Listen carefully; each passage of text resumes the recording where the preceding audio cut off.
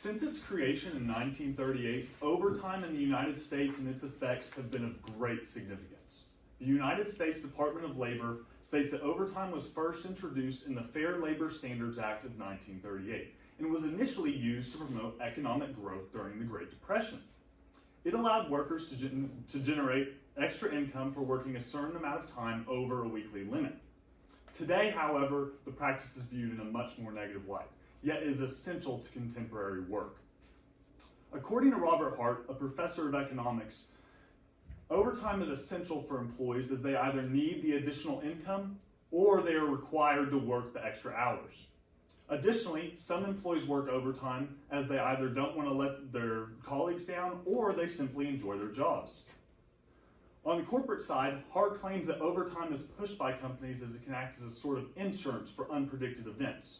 In fact, Hart states that companies see their overtime policies as some of their most important.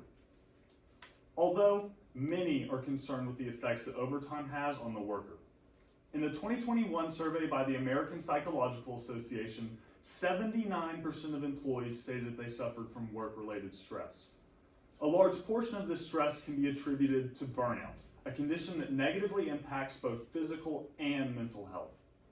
Addyson, a certified senior professional in human resources, states that excess overtime can ultimately lead to burnout.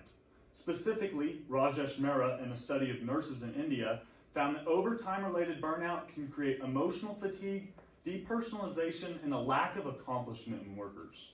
However, the importance of overtime for both the monetary gain and insurance for companies cannot be overlooked, and something must be done to reach an equilibrium between worker well-being and overtime hours. Our current legislation is the aforementioned Fair Labor Standards Act, or the FLSA. According to the Department of Labor's Wage and Hour Division, the normal work week is regulated to 40 hours, and anything over that is at least 1.5 times the regular pay. While this financially compensates workers, it does nothing to prevent the negative mental side effects of overworking, like burnouts, and there's no price you can put on a healthy mind. While the FLSA financially compensates workers, humans are much more complex than just finances. So how do we address the issue of burnout in the workplace? We need laws that specifically target the mental health aspects of overworking, like burnout. We have the financial laws and the Fair Labor Standards Act, but we need the mental health laws. We need to find a way to limit the hours that are negatively impacting employees' abilities. Within overtime, there is a specific issue that can be dealt with to help boost the quality of lives of employees. This issue being mandatory overtime. Kat Simmons, a writer for a company that provides help in human resources, states that mandatory overtime, also known as forced overtime, requires an employee to work past a regular work schedule and be available at all times. While there are advantages to mandatory overtime, such as increased productivity due to the extra hours worked, according to Addyson, mandatory overtime places employees at a high risk of burnout due to those extra hours worked.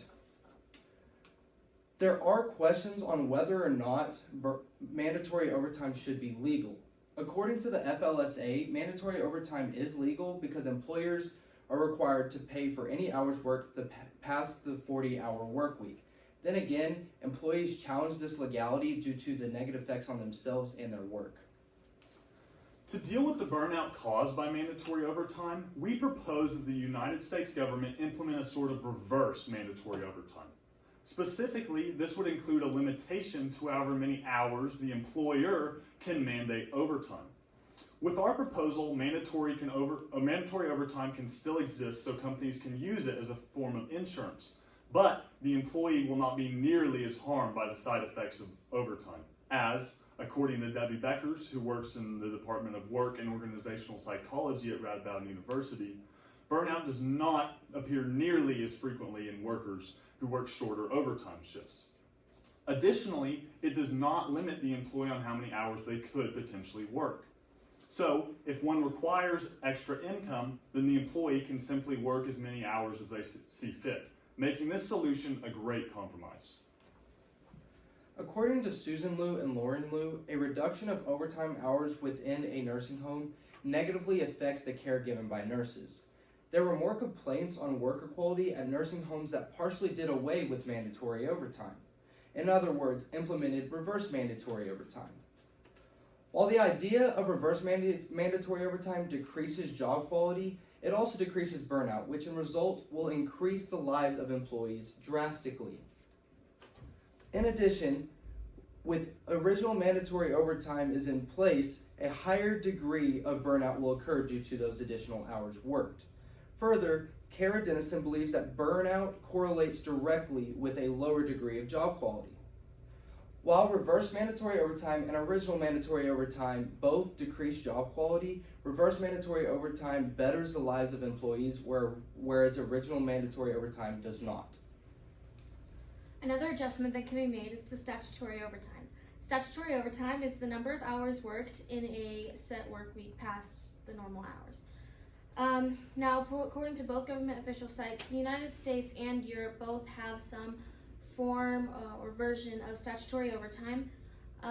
They both believe in a 40-hour work week just as a set number before overtime is paid. Second, the United States has a 150% pay, whereas Europe is a little bit more lenient in this, but with anything between 110 to 150% pay. Now, because these are government legislated, they can be paid more, but on average, this is what they're paid.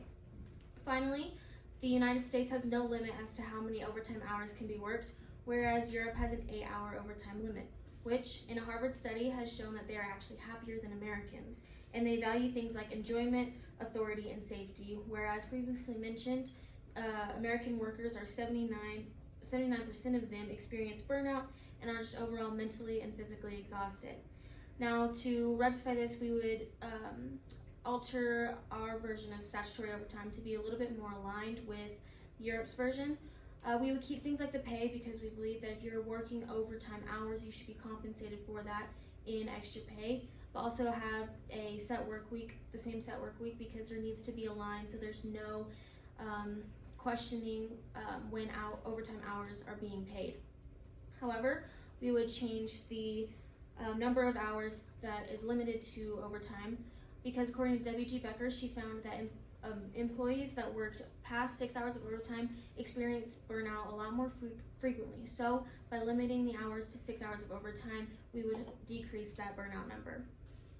There are flaws in statutory overtime, mainly the employee over the employer, starting because work hours would be lost. This is not good for the employer because they would lose business, but more so the employee because they would lose wages, which isn't good because an employee might need to work those overtime hours in order to financially stabilize themselves or their families.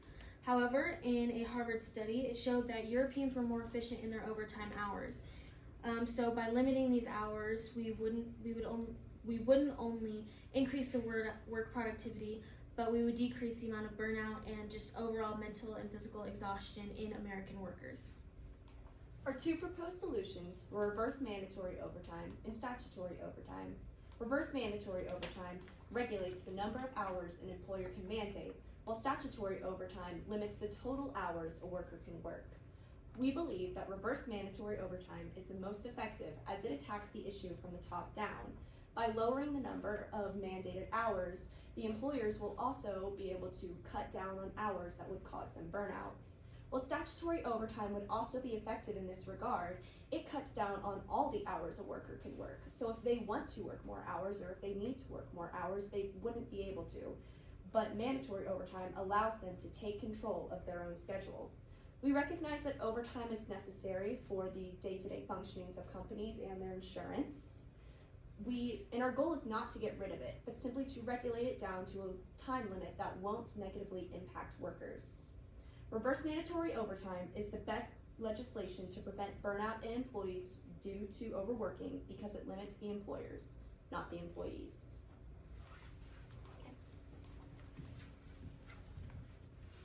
Okay, Addison, give one specific way that your thinking changed as a result of learning about Luke's findings.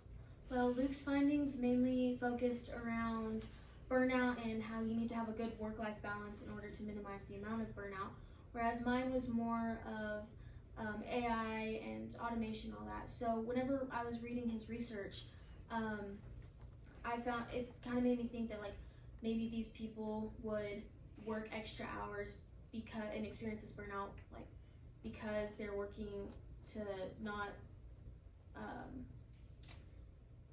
lose their jobs according to AI, and just having that burnout isn't like good for work-life balance, and that kind of affected my IRR solution because it helped me incorporate the fact that they like experience burnout and they shouldn't have to worry about working all these hours to lose their job. Okay. Brady, what is an example of a compelling argument from one of your peers' individual reports that you decided to exclude from your team presentation, and why? Well, there was a compelling argument coming from Addie's research. Her research mainly pertained AI and automation within the workplace. Originally, we had thought of maybe a solution of using AI within the workplace because they could take over some jobs that were kind of taxing on the employees or just required that there were rigorous activities. And it would help reduce the burnout and overtime that those employees had to experience. But there was a possibility that it may have been a little too complicated, and we just did not have the time or the resources to be able to research it. So we just did not put that into our presentation. Okay, Luke, if you had another team member, what other perspectives or limitations could they have researched that would have made a useful contribution to the project? So one thing that we lacked in both of our solutions that I would have liked to have seen was how we would go about enforcing both of these laws. And I think an extra teammate would help with that. For mandatory overtime, it's a little bit more straightforward. As an employee, if your employer is forcing you to work an illegal amount of overtime hours, then of course you would report that. But we would still need some research on how that reporting system would happen. On the other hand, for statutory overtime, it is a little bit more complex, as the employee would be the one deciding to work an illegal amount of overtime hours. We had some thoughts on how this could be addressed through potentially taxes or something like that, but we would have needed someone to devote a lot of research into how that could have been done and how we could effectively articulate that. Okay, good. And Elizabeth, how did the group decide to include Brady's perspective, lens, or conclusions into the overall presentation? Brady's individual research mainly focused on the wage discrepancy, particularly between females and males and white workers and black workers. And because of this wage discrepancy, they are paid less for working the same amount of hours, which would pressure those marginalized groups to work unnecessary hours just to get the same amount of pay. And we really were thinking about that when we were proposing our solutions, because we needed to be sure that we had something that would adequately affect both workers. Instead, we needed to be sure that both workers were paid the same amount and were affected by the same hours, instead of having to work more hours to get the same amount of pay and working unnecessary overtime hours and burning themselves out simply to meet their wage. Okay, very nice.